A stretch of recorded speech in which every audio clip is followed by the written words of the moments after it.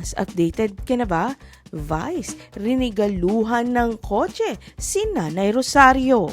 Nairaos ng bonggang-bongga ng pamilya ni Vice Ganda ang nakaraang Christmas Eve. Pinagsaluhan nila ang Noche Buena sa kanilang tahanan. Bukod sa tradisyonal na gift-giving, naging highlight ng affair ang mga palaro ni Vice Ganda. Lahat yon ay dokumentado sa kanyang vlog. Namigay ng mga pamasko ang TV host comedian sa kanilang mga kaanak at kasambahay. Pero nagsilbing highlight nito'y kung wari pagyaya ni Vice Ganda sa labas kay Nanay Rosario on the pretext na may bisita raw sila. Walang kamalay-malay ang showbiz mother nang tumanlad sa kanyang isang brand new black Subaru. Yun ang Christmas gift ni Meme sa kanyang ina na hindi napigilang maluha habang papalapit sa sasakyan. Noon pa raw kasi naghahanap ang TV host ng mababang sasakyan dahil hirap sumampa ang ina sa mataas na vehicle. Abot-abot naman ang pasasalamat ni Nanay Rosario dahil gone are the days na nakikipag-away daw siya sa kanyang mga anak. With a car of her own, anyay makakagala na raw siya saan man niya gustong pumunta. Ako ngayon ang mangiiwan sa kanila, pagmamayabang ni Nanay Rosario.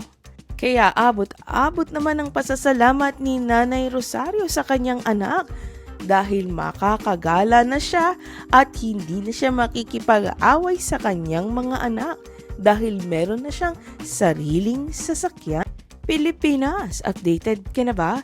Vice, rinigaluhan ng kotse si Nanay Rosario. Nairaos ng bonggang-bongga ng pamilya ni Vice Ganda ang nakaraang Christmas Eve. Pinagsaluhan nila ang Noche Buena sa kanilang tahanan. Bukod sa tradisyonal na gift-giving, naging highlight ng affair ang mga palaro ni Vice Ganda. Lahat yon ay dokumentado sa kanyang vlog. Namigay ng mga pamasko ang TV host comedian sa kanilang mga kaanak at kasambahay. Pero nagsilbing highlight nito'y kung wari pagyaya ni Vice Ganda sa labas kay Nanay Rosario on the pretext na may bisita raw sila. Walang kamalay-malay ang showbiz mother nang tumanlad sa kanyang isang brand new black Subaru. Yun ang Christmas gift ni Meme sa kanyang ina na hindi napigilang maluha habang papalapit sa sasakyan.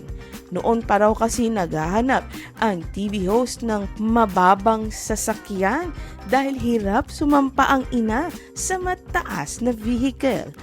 Abot-abot naman ang pasasalamat ni Nanay Rosario dahil gone are the days na nakikipag-away daw siya sa kanyang mga anak. With a car of her own, anyay makakagala na raw siya saan man niya gustong pumunta. Ako ngayon ang mangiiwan sa kanila, pagmamayabang ni Nanay Rosario. Kaya abot-abot naman ang pasasalamat ni Nanay Rosario sa kanyang anak dahil makakagala na siya at hindi na siya makikipag-away sa kanyang mga anak dahil meron na siyang sariling sasakyan. Pilipinas, updated ka na ba? Vice, rinigaluhan ng kotse si Nanay Rosario. Nairaos ng bonggang-bongga ng pamilya ni Vice Ganda ang nakaraang Christmas Eve. Pinagsaluhan nila ang Noche Buena sa kanilang tahanan.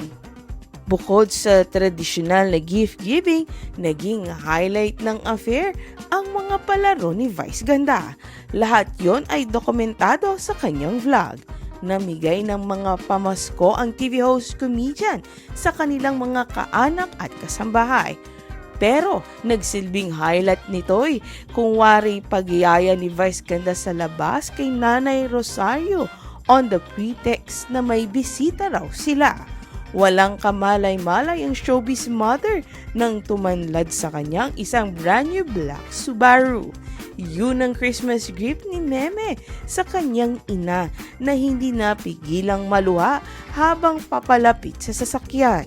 Noon pa raw kasi naghahanap ang TV host ng mababang sasakyan dahil hirap sumampa ang ina sa mataas na vehicle.